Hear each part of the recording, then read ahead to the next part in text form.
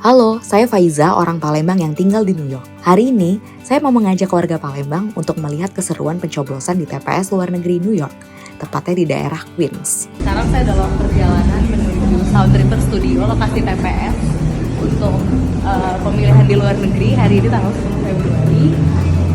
Jalannya mungkin sekitar 30 menit dari Times Square.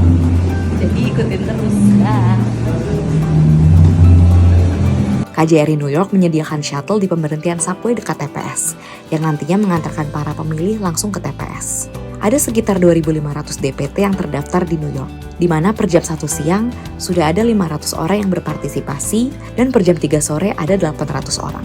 Setelah mencoblos, pemilih dapat menikmati jajanan pasar khas Indonesia yang dijual di area TPS dan berfoto di area yang sudah disediakan. Bertepatan dengan perayaan Imlek, hari pencoblosan ini menjadi ajang silaturahmi bagi warga Indonesia, di mana aktivitas setelah mencoblos adalah makan bersama sambil merayakan Imlek kecil-kecilan.